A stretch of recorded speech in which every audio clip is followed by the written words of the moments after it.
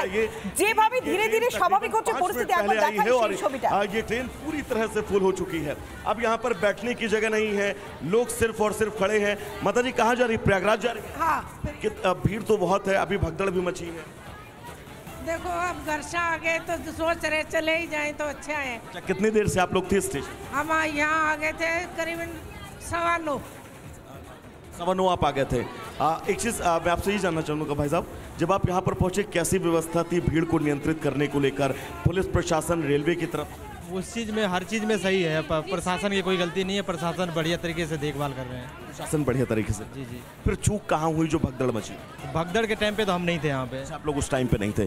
तो देखिए अनामिका, ये तस्वीर ट्रेन की मैं अपने दर्शकों को दिखा दूं।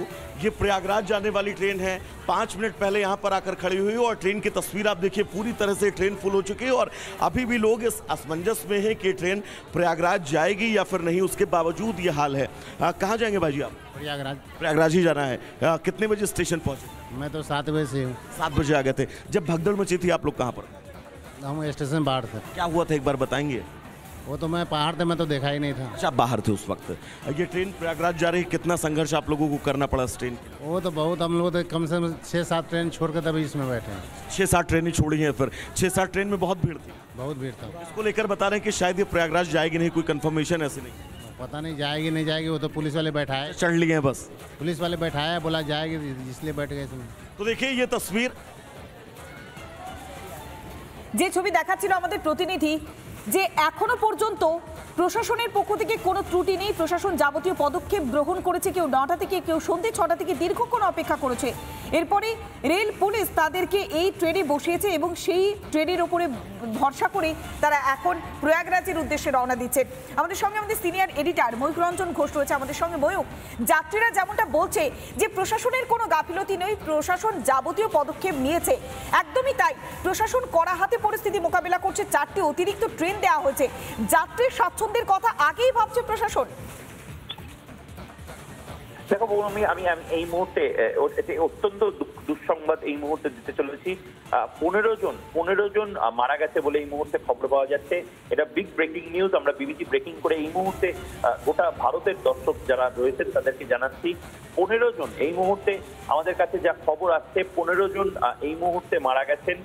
এলএনজিপি হাসপাতালের তরফ থেকে এই মুহূর্তে আমরা যা খবর পাচ্ছি, 15 জন মারা গেছেন, 12 জন ইনজিওর্ড। আবারও বলছি 15 জন এই মুহূর্তে পদপৃষ্ঠ হওয়ার মতন যে ঘটনা, সেই ঘটনায় 15 জন এই মুহূর্তে মারা গেছেন এবং এই মুহূর্তে 8 জনকে লেডি হার্ডিঞ্জ হাসপাতালে অ্যাডমিট করা হয়েছে। 12 জন এই মুহূর্তে আহত। এই মুহূর্তে বিগ ব্রেকিং নিউজ, আমরা বিবিসিতে এই ব্রেকিং নিউজ দিচ্ছি। 15 জন মৃত এবং 12 জন এই মুহূর্তে আহত। এই মুহূর্তে বড় খবর, এই মুহূর্তে 15 জন মৃত এবং 12 জন আহত। এই মুহূর্তে বিগ ব্রেকিং নিউজ। আবার বলছি দর্শকদেরকে, দি নিউজ নয়াদিল্লি রেলওয়ে স্টেশনে যে ঘটনা ঘটেছে, নয়াদিল্লি রেলওয়ে স্টেশনে পদপৃষ্ঠ হওয়ার মতন যে ঘটনা, 3টে প্ল্যাটফর্মে যেভাবে হুড়োহুড়ি হয়, সে ঘটনায় এই মুহূর্তে 15 জন মৃত বলে এই মুহূর্তে এলএনজিপি হাসপাতালের তরফ থেকে আমরা জানতে পারছি। সেই খবর আমরা আপনাদেরকে দিচ্ছি। অত্যন্ত খারাপ খবর, ডিভাস্টেটিং অ্যাক্সিডেন্ট যাকে বলা হয়, মর্মান্তিক দুর্ঘটনা। সেই মর্মান্তিক দুর্ঘটনায় এই মুহূর্তে 15 জন নিজেদের প্রাণ হারিয়েছেন, 12 জন আহত এই মুহূর্তে এলএনজিপি হাসপাতালে। 8 জন আহত যারা রয়েছেন তাদের লেডি হার্ডিঞ্জ হাসপাতালে নিয়ে যাওয়া হয়েছে। 15 জন এই মুহূর্তে মৃত, 15 জন প্রাণ হারিয়েছেন এই মুহূর্তে রিপাবলিক বাংলায়।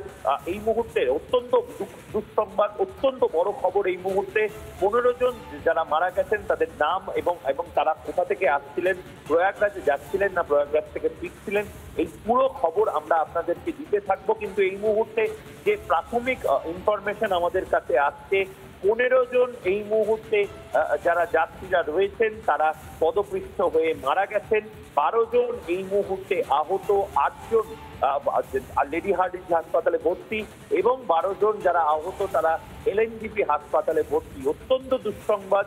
এই মুহূর্তে রাত 12:21 আমরা যে খবর ব্রেক করছি, 15 জন এই মুহূর্তে পদপৃষ্ঠের ঘটনায় মারা গেছেন।